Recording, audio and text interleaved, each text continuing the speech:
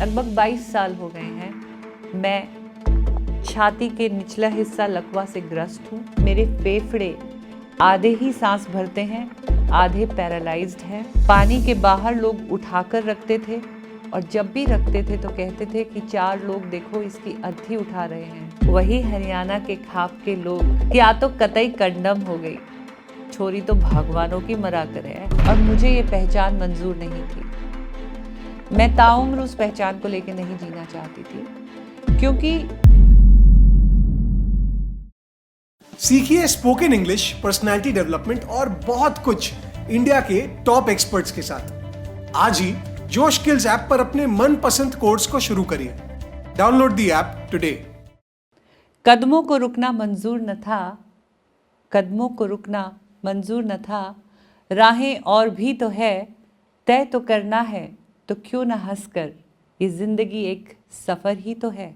अब इसे आप हिंदी का सुहाना सफ़र बनाएं या अंग्रेज़ी का सफ़र बनाएं, ये आपके हाथ में है।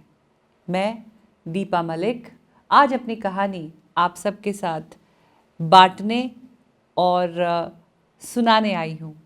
मेरी कहानी शायद मेरे बचपन से शुरू करूँ तो ज़्यादा बेहतर होगा। एक ऐसी उम्र जहाँ नन्ही दीपा खेलती थी अपने भाई के साथ, कंधे से कंधा मिलाकर, कभी उसके क्रिकेट बैट से, कभी उसकी फुटबॉल से।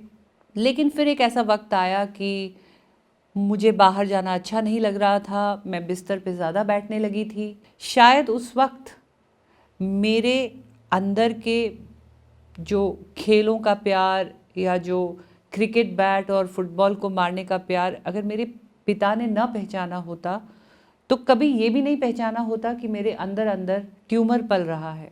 उनकी ज़िद थी, उन्होंने डॉक्टरों को मुझे दिखाया और कई अस्पतालों और कई शहरों में गुजरने के बाद एक आर्मी ऑफिसर होने के नाते पूना में कमांड हॉस्पिटल में मुझे भर्ती कराया गया, जहां उन्होंने अपनी पोस्टिंग भी ली।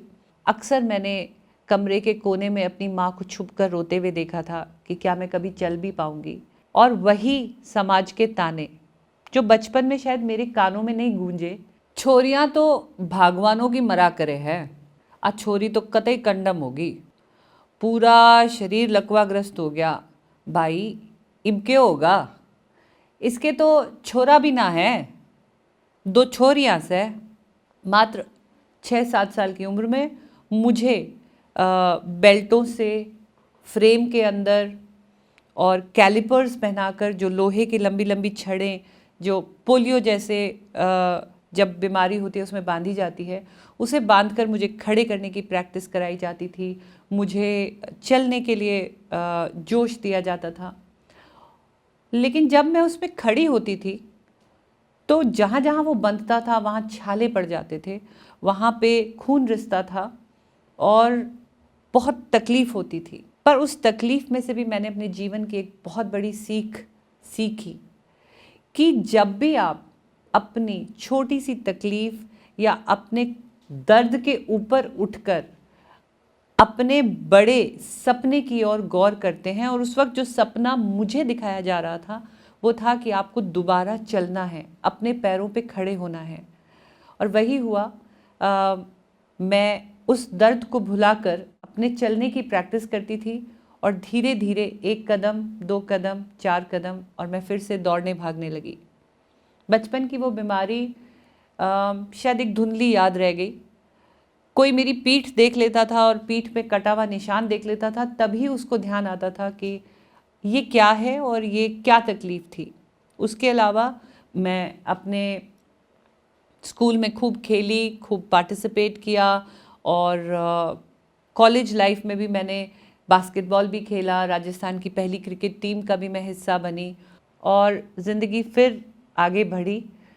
जब सब कुछ ठीक होने लगा तो फिर से एक ऐसी घड़ी आई जब डॉक्टरों ने मुझे केवल 7 दिन दिए मेरी MRI के बाद कि आपके ट्यूमर्स वापस आ गए हैं और चलने के लिए अब हमको केवल 7 दिन देते हैं, क्योंकि जब आपकी सर्जरी होगी और ये ट्यूमर निकाला जाएगा, चूँकि ये स्पाइनल कॉर्ड के अंदर बैठा है, इसके कटते ही आपका दिमाग और बचे हुए शरीर का कनेक्शन कट हो जाएगा और छाती का निचला हिस्सा पूरा जाता रहेगा।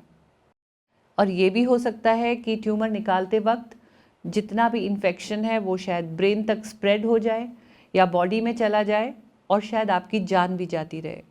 ऑपरेशन के लिए मुझे तैयार करके जब ले जाने लगे तब डॉक्टर से मैंने एक बात कही। मैंने कहा, क्या स्ट्रेचर या व्हीलचेयर पर न जाकर मैं चलकर जा सकती हूँ? क्योंकि जैसा आप लोग कह रहे हैं कि मैं जी गई तो मैं चल नहीं पाऊँगी। तो डॉक्टर मेरे साथ चले और उन्होंने मुझे तीसरे माले के ऑपरेशन थिएटर पे लेके जाना था और वो लिफ्ट की ओर बढ़े तो मैंने सीढ़ी की ओर अपनी नज़रें करी और जब मैं वो सीढ़ियाँ चल रही थी तब मैंने नीचे झुककर देखा कि वाकई मेरे पास टांगे थीं। आप में से कितने लोग हैं जो रोज़ उठकर अपने हाथों को देखकर, अपने आँखों को देखकर या अपनी टांगों को देखकर अपने आप को खुशकिस्मत महसूस करते हैं? हमारा पूरा जीवन शायद इसी चीज़ में चला जाता है कि मेरे पास क्या नहीं है, और हम जो है उसको सेलिब्रेट करना भूल जाते हैं। जो चीज़ नहीं है उसकी इच्छा रखना, उसके लिए मेहनत करना अच्छा है, लेकिन जो चीज़ है उसके लिए धन्यवाद की भावना रखना भी बहुत ज़रूरी है। वो जीवन को खूबसूरत बनाती है वो भावना। आगे बढ़े और मैं सर्जरी के लिए जब अंदर गई और वो दिन 3 जून 1999 और आज का दिन लगभग 22 साल हो गए हैं, मैं छाती के निचला हिस्सा लकवा से ग्रस्त हूँ। मेरे पास दोनों हाथ इकट्ठे उठाने की क्षमता नहीं है क्योंकि मेरे शरीर में बैलेंस नहीं है। मेरे फेफड़े आधे ही सांस भरते हैं, आधे पैरालाइज्ड हैं। मेरे पीठ पर लगभग 200 टाँके हैं और 7 वर्टिब्रल कॉलम्स को कट कर दिया गया है। उसके अंदर कोई भी स्टील रॉड, टाइटेनियम प्लेटिंग या बोन फ्यूजन नहीं किया गया है क्योंकि मुझे हर 2 वर्ष में MRI के अंदर जाना पड़ता है और उस मशीन में ऐसा कोई भी लौह पदार्थ नहीं जा सकता। तो समय के साथ मेरी पीठ में एक काइफोटिक डिफॉर्मिटी डेवलप होती जा रही है। तो इस शरीर में मैं आज 20 साल से जी रही हूँ, लेकिन उस दिन जब मैं इस शरीर में बाहर आई थी तो मैं ये नहीं सोच रही थी कि मैं पैरालाइज हो गई हूँ, मैं लकवाग्रस्त हो गई हूँ। मैं ये सोच रही थी कि मैं जीवित हूँ, मैं अपनी नन्ही बच्चियों को बड़ा होते हुए देख पाऊंगी। जब मैं उस चीज़ से खुश हो रही थी, दुनिया मेरे ऊपर बहुत से इल्ज़ाम लगा रही थी। वो कि ये कभी एक अच्छी माँ नहीं बन पाएगी, ये घर कैसे चलाएगी, ये खाना कैसे बनाएगी, ये बाहर कैसे जाएगी। मेरी पहचान केवल एक ऐसी महिला की बनकर रह गई जो दूसरों पे आश्रित है, जो बोझा है, जिसकी वजह से घर में खर्चा होगा, और मुझे ये पहचान मंजूर नहीं थी। मैं ताउम्र उस पहचान को लेकर नहीं जीना चाहती थी क्योंकि मेरा शरीर शायद लकवाग्रस्त हुआ था पर मेरी आत्मा को लकवा नहीं हुआ था, मेरे अंदर की दीपा को लकवा नहीं हुआ था। और एक बार अपनी हिम्मत संजो के मैं निकल पड़ी अपने मिशन पे, जिसको मैं एबिलिटी बियॉन्ड डिसेबिलिटी कहती हूँ। फिर एक दिन मैं उठी और मैंने कहा अब बहुत हो गया, मुझे अपनी बेटियों के लिए एक ऐसी उदास माँ बनकर नहीं रहना है कि जब वो बड़ी हों तो वो जब मुड़कर देखें तो वो कहें कि उनकी माँ अपंग थी। मुझे एक गुरु की भूमिका निभानी थी क्योंकि माँ ही बच्चों की पहली गुरु होती है।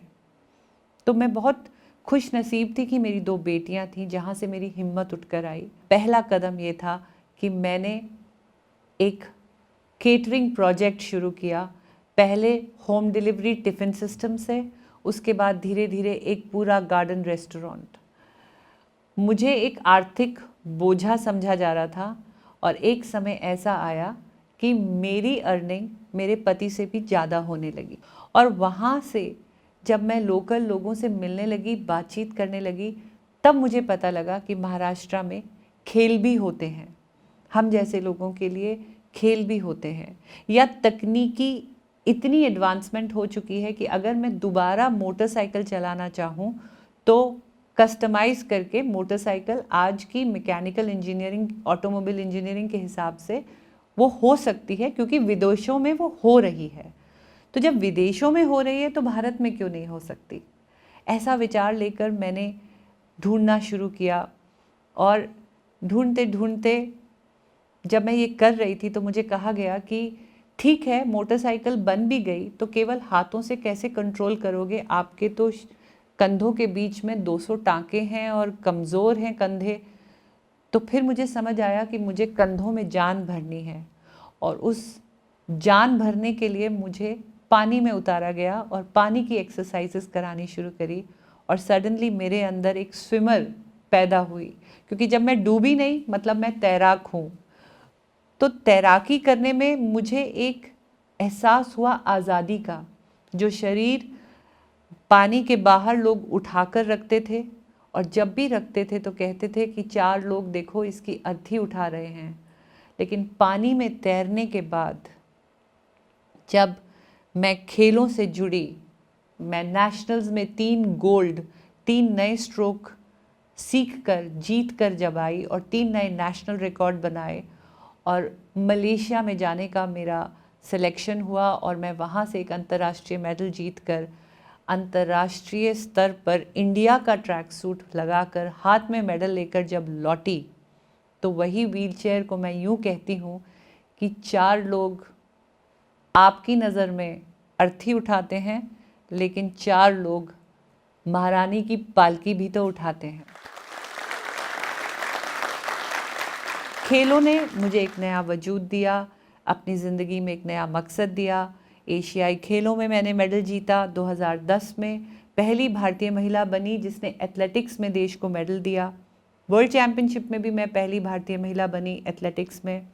और फिर 2014 में दूसरे एशियाई खेलों में मैंने फिर से एक रिकॉर्ड बनाकर देश के लिए मेडल लिया, और वर्ल्ड नंबर 2 जैवलिन में होने के बाद मुझे लगा 2016 के जो रियो पैरालंपिक्स हैं उसमें अब मैं अपना स्थान बना पाऊंगी, क्योंकि वो मेरा सपना भी था। लेकिन सबसे बड़ा झटका मुझे जब लगा जब साथी खिलाड़ी मुझे हाई कोर्ट में ले गए ये कहते हुए कि इन्होंने अपना रियो का सिलेक्शन चीटिंग करके करवाया है। ये अर्जुन अवॉर्डी हैं, ये उम्र में बड़ी हैं, ये अंग्रेज़ी बोल लेती हैं, इसीलिए ये ओलंपिक में सेलेक्ट हुई हैं। वो बात ने मुझे बहुत बहुत दर्द दिया। शायद ज़िंदगी का सबसे दुखी पल वो था जब एक फ़ौजी की बीवी, फ़ौजी की बेटी, फ़ौजी की बहन और फ़ौजी की बहू पे ये इल्ज़ाम लगा कि उसने मेहनत नहीं बल्कि चीटिंग से अपना सिलेक्शन कराया है। एक ऐसा वक्त जो मुझे पूरा तैयारी में देना था वो हाई कोर्ट के चक्कर लगाने में हुआ। मुझे अक्सर लोग पूछते हैं कि जब आपने रियो का मेडल जीता तो वो मेडल पकड़कर हाथ में क्या भावना आई। शायद मेरे लिए वो मेडल जीतना मेरी इंटीग्रिटी, मेरी ईमानदारी, मेरी मेहनत का सबसे बड़ा प्रतीक बनकर आया। तो वही लोग जिन्होंने ये कहा था कि आ तो कतई कंडम हो गई, छोरी तो भगवानों की मरा कर है, वही हरियाणा के खाप के लोग हज़ारों की तादाद में एयरपोर्ट के बाहर खड़े हुए थे। और आज 50 वर्ष की आयु में भी मैं सीख रही हूँ। मैं अब ऑल इंडिया स्पोर्ट्स काउंसिल की भी मेंबर हूँ और पैरालंपिक कमेटी की प्रेसिडेंट भी हूँ, और साथ ही मेरे खेलों की वजह से मुझे एक सरकारी नौकरी भी मिली है जिसमें मैं रियल एस्टेट रेगुलेटरी अथॉरिटी में लॉ भी सीख रही हूँ। मैं बार बार शब्द सीखने पे जोर दे रही हूँ क्योंकि वो बात बिल्कुल सही है जब कौन बनेगा करोड़पति के मंच पे अमिताभ बच्चन जी कहते हैं सीखना बंद तो जीतना बंद। हाँ, तो सीखते रहिए और जीतते रहिए। क्या आप अपने करियर और जिंदगी के ग्रोथ से खुश हैं? सैटिस्फाइड हैं? हमारे करवाए गए एक सर्वे के मुताबिक 75% से ज्यादा लोगों का यह कहना है कि अगर वो अपनी पर्सनैलिटी, कम्युनिकेशन स्किल्स और इंग्लिश फ्लुएंसी पर ज्यादा फोकस कर पाते तो वो अपने करियर में बहुत आगे होते। मैं नहीं चाहता हूं कि आप भी उन 75% लोगों में से हो, इसलिए मैं आपको एक सुझाव देना चाहता हूं। एक ऐसा सुझाव जिसने आज तक 1,30,000 से ज्यादा लोगों की मदद की है इंग्लिश, कम्युनिकेशन स्किल्स और पर्सनैलिटी डेवलपमेंट में। जी हाँ, मैं बात कर रहा हूं इंडिया के top English and personality development app की, जिसका नाम है जोश स्किल्स। नाम तो सुना ही होगा। ये ऐप आपको कैसे हेल्प करेगा? जोश स्किल्स का हर एक कोर्स डिजाइन है आपको जिंदगी में आगे बढ़ाने के लिए। चलिए स्पोकन इंग्लिश की ही बात कर लेते हैं। रोजाना इस कोर्स में आपको मिलेंगे video lessons, quizzes, practices and face to face दूसरे स्टूडेंट्स के साथ बात करने का मौका। आप क्या सही बोलते हैं और क्या गलत, हर एक चीज पर आपको फीडबैक भी दिया जाएगा। और तो और लर्निंग को मजेदार बनाने के लिए आपको पॉइंट्स भी मिलेंगे और टॉप स्कोरर्स को हमारे तरफ से अवार्ड्स मिलेंगे। इससे बेहतर लर्निंग क्या हो सकती है? सिर्फ यही नहीं, हमने इस ऐप को बदलकर एक ब्रांड न्यू लुक और फील दिया है ताकि आपकी लर्निंग और भी इफेक्टिव हो और आप अपनी जिंदगी में आगे बढ़ पाए। आज ही डाउनलोड करिए जोश स्किल्स ऐप और अपनी जिंदगी में आगे बढ़िए।